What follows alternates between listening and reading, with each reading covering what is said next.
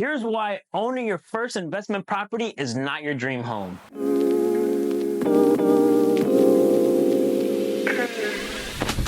Typically, what happens is when people want to buy an investment property, they look at it from the eyes of a retail buyer. And let me go into that even more clearly here. So a retail buyer is somebody who buys stuff when it's already finished, and there's nothing wrong with that. The kitchen is done. We're inside one of those spaces right now, right? This house was renovated for a retail buyer. I bought this property wholesale as an investment deal. Now, what happens is a lot of times when people are getting into their deals and they want to try to find their first investment property, they're looking for something that's absolutely finished and it's pristine and it looks amazing, and that's all fine and good, but the numbers have to work. And the reason why you don't want to look at it as your dream home is because for the people who do buy investment properties and they get into something and they start out strong, let's say they find something off market, they find a great deal, and they decide to do some renovations. Those renovations, they're going to look at as if they were living inside that house. Is that typical? Yes. Is it means that everyone's doing it? No. But this is specifically for the people who are the ones looking to buy an investment property and do beautiful countertops and most expensive tile on the backsplash, and they're trying to do a brand new bathroom, and it just goes way over budget. Now, in previous videos, I always say you got to make sure you have a budget when you're starting off with these projects, because having a budget and breaking it down is going to be what keeps you in the game the longest, because it's going to be something that you use to keep yourself on track. Otherwise, you're just going to completely blow how much money that you have that you weren't intending to spend on the property on things that really aren't needed. Here's a perfect example. The backsplash that you see right here behind me in this video was $6.99 a square foot. That's actually a pretty good price. I just went by a property that an investor friend of mine was doing, their first flip ever.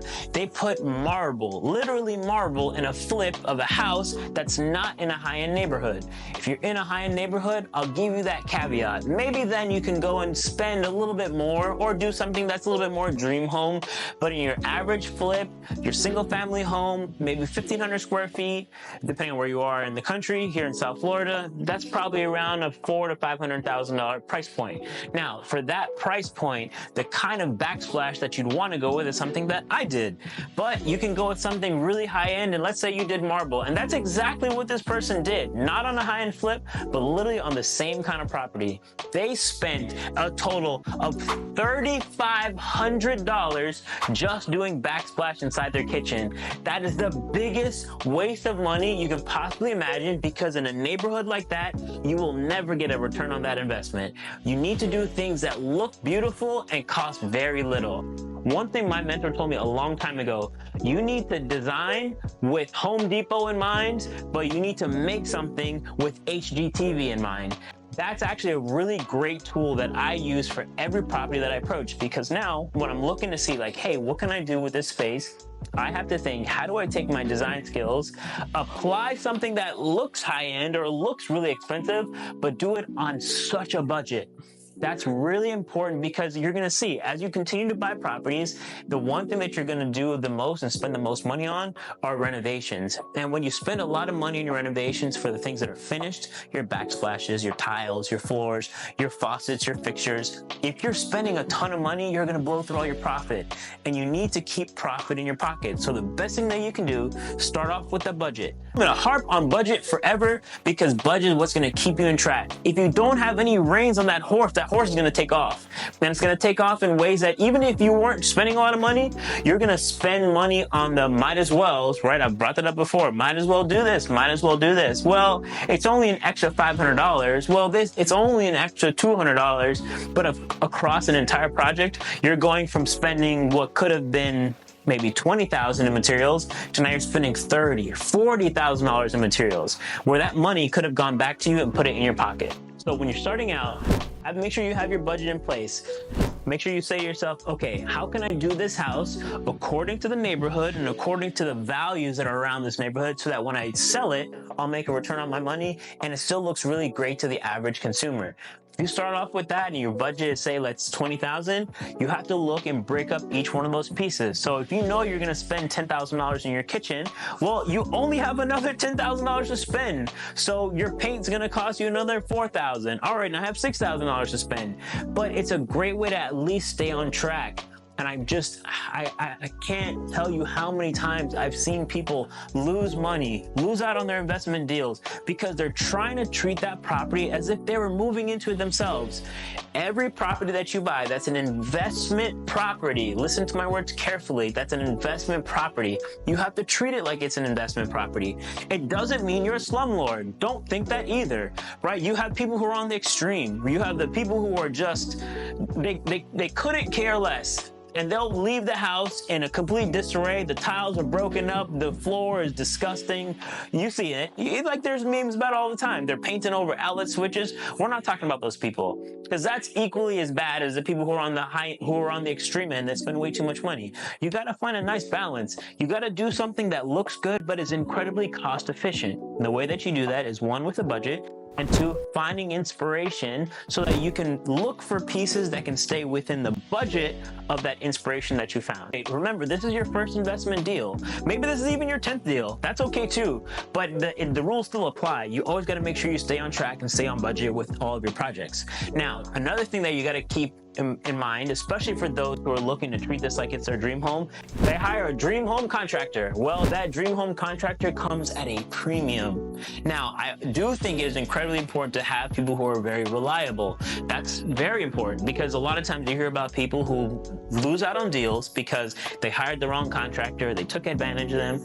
So again, I'm not including those people in this situation here. I'm referring specifically to the high-end contractors to go with the high-end backsplash and the high-end floors that you put all around your house, where now you're not making any money. So you need to find contractors who are able to do the job and able to do a good job, but as well as doing it at a discount or at a price that is still fair to them, because remember, they're the ones that are presenting the bid to you, right? And they're still reliable.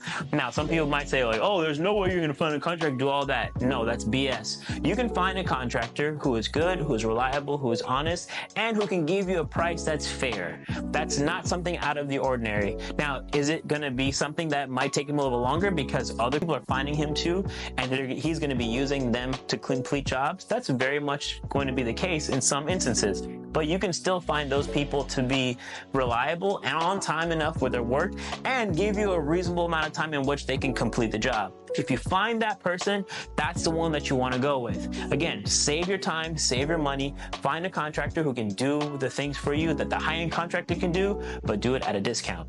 Now, the next and last thing I want to do is a more of a little bonus. So let's say your first investment property is Airbnb, and you need to buy furniture.